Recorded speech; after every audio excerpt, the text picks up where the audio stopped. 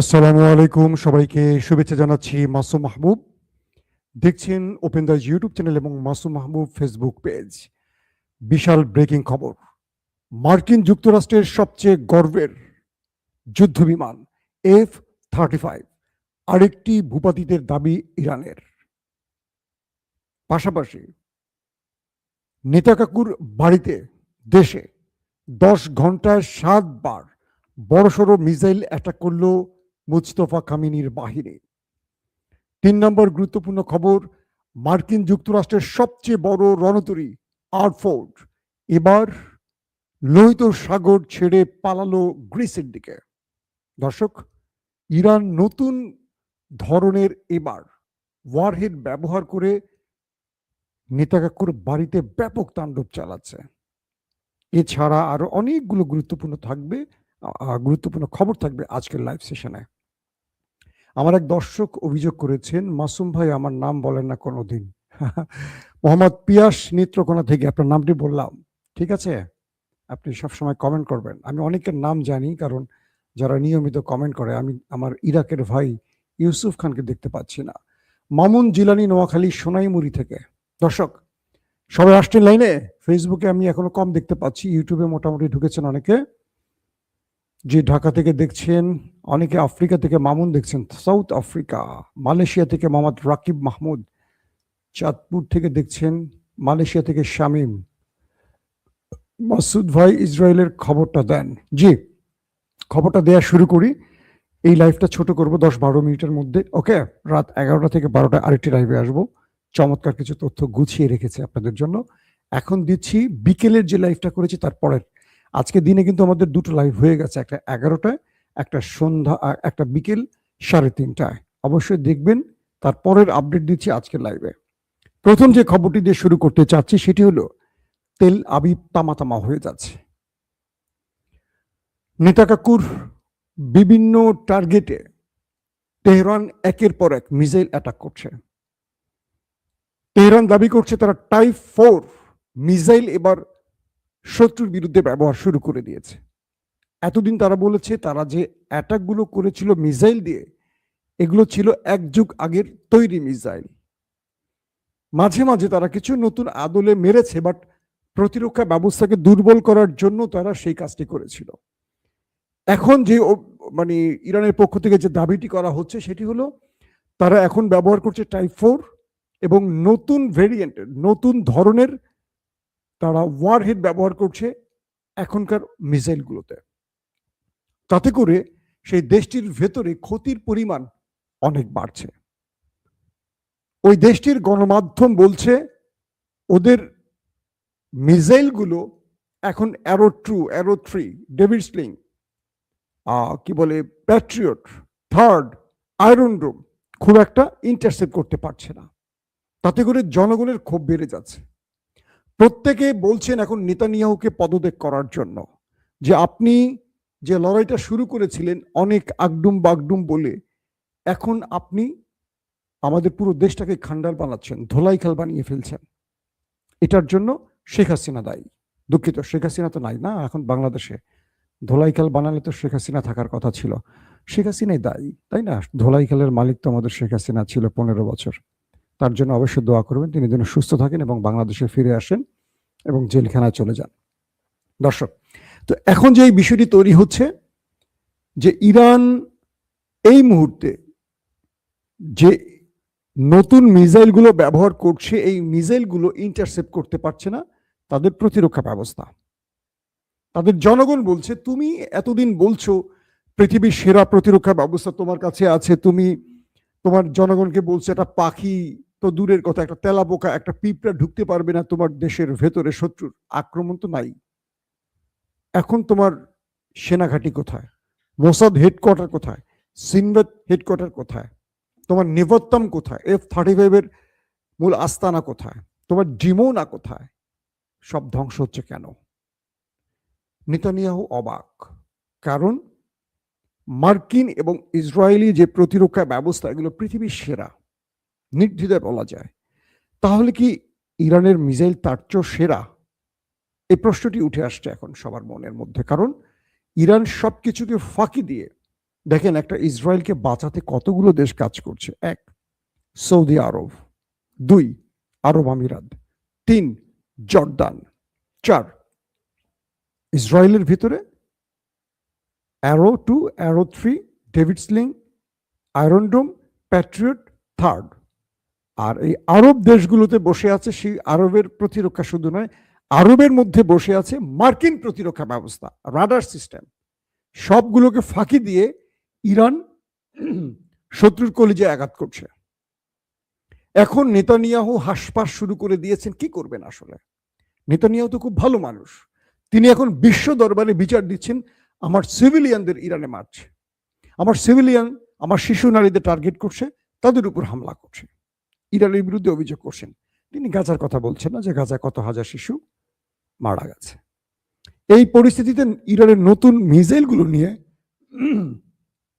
পরীক্ষা নিরীক্ষা শুরু করে দিয়েছে আমেরিকা এবং ইসরায়েল, যে কি ধরনের ওয়ারহেড ব্যবহার করছে। আবার মাঝে মাঝে ইরান ক্লাস্টার ওয়ারহেড ব্যবহার করছে, একটা মিসাইলে 50 থেকে 100টি। এতগুলো মিসাইল, মানে এতগুলো ওয়ারহেডকে কোনো ইন্টারসেপ্ট করতে পারে না, যে কারণে বারবার তারা ধরা খাচ্ছে।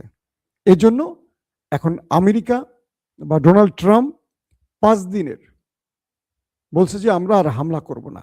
পাশাপাশি কয়েকটি রাষ্ট্রের মাধ্যমে যুদ্ধবিরতিরও চিন্তা করছে, কিন্তু ডোনাল্ড ট্রাম্পকে ইরান যে শর্ত দিয়েছে, এই শর্ত মানলে ডোনাল্ড ট্রাম্পের আর কিচ্ছু বাকি থাকে না, তার বিদায় নিয়ে চলে যেতে হবে ইমপিচমেন্টের মাধ্যমে। নাম্বার 2, যেটি বলছিলাম যে তেল আবিবকে তামাতামা করে ফেলছে, ধোলাই খেল বানিয়ে ফেলছে খামেনি বাহিনী। আর 2 নম্বর ওয়ারহেডেরটি বললাম যে ইরান এখন নতুন ধরনের ওয়ারহেড ব্যবহার করছে। 3 নম্বর যে গুরুত্বপূর্ণ খবর, ইরানের মধ্যে যে দেশটি ব্যাপক টার্গেটে হিট করছে, ইসরায়েল এবং আমেরিকা। মজার বিষয় কি জানেন, ইরান এখন তারা ভালোভাবে ইন্টারসেপ্ট করা শুরু করে দিয়েছে। ইতিমধ্যে কুয়েতের আকাশে আমেরিকার F-35 ভূপাতিতের দাবি করেছে ইরান, এবং দাবি শুধু নয়, তারা সেই বিমানটির ধ্বংস যখন আকাশ থেকে পড়ছিল মাটিতে টুপ টুপ টুপ, সেটার ভিডিও প্রকাশ করে বলছে যে এটি ইরান করেছে। আমেরিকা বলছে এটি মিথ্যে অভিযোগ, যান্ত্রিক ত্রুটির কারণে এটি ধ্বংস হয়েছে। F-35 যান্ত্রিক ত্রুটির কারণে ধ্বংস হয়ে গেল। এর আগে প্রায় 4টি F-16, F-15 এবং একাধিক F-16 ধ্বংস হলো। প্রায় 20-এর অধিক যুদ্ধ বিমান হারালো আমেরিকা। ইসরায়েলও হারালো অনেকগুলো। বেশ কিছু ড্রোন, সব কি ভৌতিকভাবে অলৌকিকভাবে হারিয়ে ফেললো এই দেশ দুটো। ইরান যখন বলছে যে আমরা কুয়েতের আকাশে হিট করে F-35কে ওপারে পাঠিয়ে দিয়েছে, তখন আমেরিকা বলছে যে এটি ইরানের মিথ্যে দাবি, এটি যান্ত্রিক ত্রুটির কারণে, এটি আমেরিকা কি বলে ইরান শুট করেনি। যাক, যুদ্ধক্ষেত্রে এরকম অভিযোগ, পাল্টা অভিযোগ থাকবে। প্রশ্ন হলো এই F-35 এটা তো কোনো রাডার ধরতে পারে না, স্টিল প্রযুক্তির এই যুদ্ধ বিমানকে ইন্টারসেপ্ট দূরের কথা, রাডারই তো খুঁজে পায় না, তাহলে ইরান কি করছে? তখনই কিছু কিছু গণমাধ্যম বলছে ইরানের কাছে রাশিয়ান আকাশ প্রতিরক্ষা সিস্টেম S-400 পৌঁছে গেছে বা এটা অ্যাক্টিভ হয়ে গেছে। তাহলে এটা অপারেট করছে কারা? কিছু কিছু মাধ্যম বলছে যে রাশিয়া এটা অপারেট শুরু করে দিয়েছে ইরানের ভূমিতে বসে। কিছু কিছু মাধ্যম দাবি করছে যে না, রাশিয়া এটি অপারেট করছে না, রাশিয়া ইরানি অপারেটরদের শিখিয়ে দিয়েছে কিভাবে এটাকে অপারেট করতে হয়। তো S-400 যদি ইরানের কাছে পৌঁছে যায়, তাহলে দেশ দুটির ঘাম ছুটে যাবে, কারণ এটি 5ম প্রজন্মের আকাশ প্রতিরক্ষা ব্যবস্থা, এবং এটির ভারতের কাছেও আছে এবং এটি তুরস্কের কাছেও আছে। এবং চীন ইরানকে যে প্রযুক্তি দিয়ে হেল্প করছে, তার একটা খুব ইন্টারেস্টিং ব্যাপার হলো, ভারতের S-400কে পাকিস্তান কিন্তু অ্যাটাক করছিল বুনিয়ানো মারসুসে, আপনারা জানেন। 5টি রাফায়েল খেয়ে দিয়েছিল এবং S-400কে হিট করেছিল। চীনের জানা আছে কিভাবে রাশিয়ান তৈরি S-400কে বোকা বানাতে হয় বা এটার ব্যাটারিকে ধ্বংস করতে হয়। তো চীন যেহেতু জানে, তাই পাকিস্তানকে সেই ইলেকট্রনিক্স ওয়ারফেয়ারের মাধ্যমে বা 17 বাটে কি বলে 17 থান্ডার, আর হলো আরেকটি কি ভেরিয়েন্ট ছিল তাদের, পাকিস্তান ব্যবহার করছিল জে-10C, এই দুটো দিয়ে হিট করেছিল। তো এবার বলা হচ্ছে যে ইরান রাশিয়ার S-400 ব্যবহার করছে, যে কারণে আকাশে সফলভাবে আমেরিকা এবং ইসরায়েল অ্যাটাক করতে পারছে না ইরানের বিরুদ্ধে, এবং কুয়েতের আকাশে লুটিয়ে পড়েছে একটি। 4 নম্বর ব্রেকিং খবর, প্রায় 10 ঘন্টার মধ্যে 7 দফা নেতাকাকুর বাড়িতে ইরান হিট করেছে। যেটা শুরুতে বলছিলাম, এটা হলো সংযুক্ত খবর। এই 10 ঘন্টার মধ্যে দেশটির জনগণ বাংকারে বসেছিল, খাওয়া দাওয়া, স্নান, টয়লেট সব এক জায়গায়, তাদের বাড়িতে ওঠার সুযোগ দেয়নি। 10 ঘন্টা 7 দফা, মানে সাইরেন বাজছে, হিট হয়েছে, সাইরেন বন্ধ, জনগণ পোটলা পাটলা গুছাইছে, তারা আসবে, রাস্তায় এসে বাড়ির উদ্দেশ্যে পা বাড়াচ্ছে, আবার সাইরেন বাজছে, আবার বাংকারে গিয়া ইয়ানফসি শুরু করছে, আবার সাইরেন থেমে গেছে, আবার সাইরেন বাজছে। এভাবে করে 10 ঘন্টার মধ্যে 10 দফা দেশটির ভেতরে নেতাকাকুর বাড়িতে ব্যাপক হিট করেছে তেহরান। এবং 7 দফা হিটে পুরো দেশটির ভেতরে যে ফুটেজ দেখলাম, ভয়াবহ অবস্থা, আগুন জ্বলছে আর আকাশ কালো হয়ে গেছে ধোঁয়ার কুণ্ডলিতে। অর্থাৎ তাদেরকে আর নিস্তার দিচ্ছে না, ঘুমোতে দিচ্ছে না কোনো রকম। আরেকটি ঘটনা এসছে যে ইরান এই মুহূর্তে MARV প্রযুক্তি ব্যবহার করছে। এই সিস্টেমটির মাধ্যমে নতুন করে শত্রুদের চমক দিচ্ছে। এটা নিয়ে আমি ডিটেল আপনাদের রাতের খবরে বলবো। তো এখন যেটি হলো, এই MRV সিস্টেমটির কারণে শত্রু ইরানের বিরুদ্ধে আকাশটাকে সফলভাবে আর ব্যবহার করতে পারছে না। এবং ইরান যুদ্ধের এই পর্যায়ে এসে যে ধারাবাহিক কৃতিত্ব দেখাচ্ছে, সাফল্য দেখাচ্ছে, ততটুকু পিছিয়ে যাচ্ছে দেশ দুটো, মানে ওই দেশ দুটো, আমার চাচ্চু আর কাক্কু, বুঝছেন তো, নেতা কাক্কু আর ড্রাম চাচ্চু। এখন ইরান বলছে যে আমরা সামনের দিনগুলোতে আরো নতুন ধরনের মিসাইল ব্যবহার করব। ইরান আজকে দাবি করেছে সরাসরি, এখন থেকে নতুন ভেরিয়েন্টের মিসাইল দেখবে আমাদের শত্রুরা, এবং যত দিন যাবে তাদের জন্য আমাদের আরো সারপ্রাইজ ওয়েট করছে। একটার পর একটা সারপ্রাইজ আমরা দিতে থাকব। পাশাপাশি লোহিত সাগর থেকে পালিয়ে গেল ড্রাম চাচ্চুর জেরাল্ড আর ফোর্ড, সেই পৃথিবীর সবচেয়ে বড় রণতরীটি। আপনারা জানেন এই রণতরীতে আগুন ধরে যায় ইরানের হিটে, যদিও তারা বলছে যে যান্ত্রিক ত্রুটির কারণে 30 ঘন্টা আগুন জ্বলে, এবং এটার মধ্যে 650 টয়লেট আছে, 5000 যোদ্ধা এইটার মধ্যে থাকেন। বলা হচ্ছে আগুন ধরার কারণে টয়লেটগুলো সব ক্ষতিগ্রস্ত হওয়ায় ভেতর থেকে সব মলমূত্র বেরিয়ে আসে, এবং এটার ভেতরে যারা ছিলেন মার্কিন সেই স্পেশাল কমান্ডো, তারা দুর্গন্ধে সেখানে অসুস্থ হয়ে পড়েন। প্রচন্ড অসুস্থতার কারণে এটি পেন্টাগনকে তারা জানান। এরপর তাদের সেনাদের নিরাপত্তা, শারীরিক সুস্থতার জন্য দ্রুত সেটিকে গ্রিসে পাঠানো হয়, সেখান থেকে এটি পরবর্তী নির্দেশনা অনুযায়ী মুভ করবে।